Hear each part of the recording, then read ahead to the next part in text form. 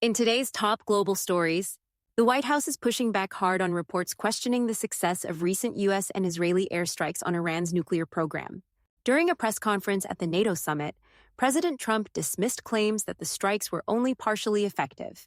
He told reporters the site is obliterated, referencing what he described as intelligence gathered on the ground.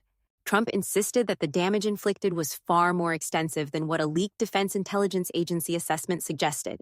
That report, labeled low confidence, had concluded that Iran's capabilities may have only been delayed, not destroyed. Director of National Intelligence Tulsi Gabbard has weighed in, backing Trump's assessment. In a formal statement, she said Iran's nuclear facilities at Natanz, Fordo, and Esfahan were completely destroyed and would take years to rebuild. Gabbard also slammed the media for selectively leaking classified intelligence to, in her words, undermine decisive leadership. A Pentagon criminal investigation is now underway to track the source of the leak. Turning now to politics in New York, Democratic Socialist and State Assemblyman Zohran Mamdani has pulled off a major upset in the city's mayoral primary. He defeated former Governor Andrew Cuomo, winning 43.5% of the vote to Cuomo's 36.4%. Mamdani's sweeping platform includes rent freezes, city-run grocery stores, 30-hour minimum wage by 2030, expanded public transport, and a radical overhaul of the NYPD budget. His critics, however, point to his controversial stances on Israel and Gaza. Mamdani supports the BDS movement, has called to globalize the Intifada, and wants to block New York charities from funding Israeli settlements.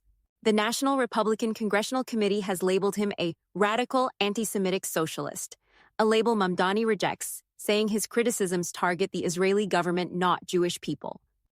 In foreign affairs, President Trump is calling on Israel to cancel Prime Minister Benjamin Netanyahu's ongoing corruption trial. The former president described the trial as a witch hunt and demanded that the Israeli government either drop the charges or issue a full pardon. Netanyahu is currently facing bribery and fraud allegations in 3 cases, the most serious of which accuses him of granting regulatory favors in exchange for positive media coverage. Netanyahu maintains his innocence and claims the charges are politically motivated. At the NATO summit, President Trump was also asked about the possibility of sending Patriot air defense systems to Ukraine. Trump said, "We're going to see if we can make some available," adding that the U.S. also needs the systems and has been supplying them to Israel. Ukrainian President Volodymyr Zelenskyy met with Trump at the summit and said Ukraine is ready to buy Patriots to protect civilians and infrastructure. The two also discussed the joint production of drones, which Zelenskyy called a potential opportunity to strengthen each other. Back in the U.S., the Supreme Court has cleared the way for the Trump administration to deport migrants to third countries, even those with no ties to the individuals being removed. The court lifted a lower court's injunction without explanation, allowing deportations to places like South Sudan to proceed. Liberal justices blasted the ruling, calling it a reward for lawlessness, and warning that migrants could face violence in unfamiliar regions. The Biden-appointed Solicitor General defended the policy as crucial to removing what he called some of the most heinous criminals. The case now heads to an appeals court. In Gaza, at least 44 people are dead after Israeli forces opened fire near food aid trucks in 2 separate locations. Witnesses report tanks and drones attacked as civilians approach distribution sites. Hospitals in Wadi Gaza, Deir al-Balah, and Rafah are overwhelmed, with dozens critically injured. The Israeli military has not commented.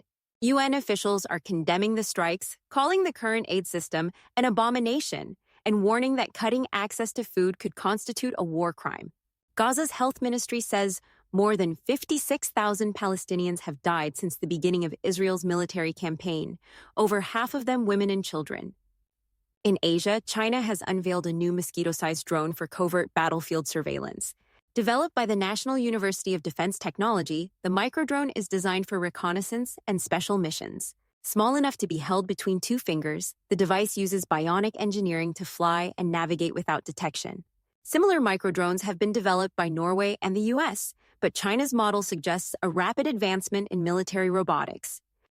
And finally, Texas has enacted a first-of-its-kind food labeling law, requiring brands to warn consumers if their products contain any of 40 dyes or additives banned or discouraged in countries like the UK, Australia, and the EU.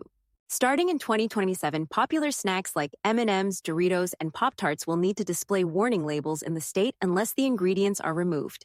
The law is part of Health Secretary Robert F. Kennedy Jr.'s Make America Healthy Again initiative. Critics say the ingredient list is misleading and may include substances that are already regulated or legal elsewhere.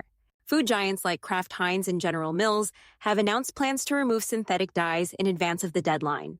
That's all for tonight's news update. Thank you for joining us. We'll continue to monitor these stories and bring you the latest developments. Stay safe, stay informed, and have a good night.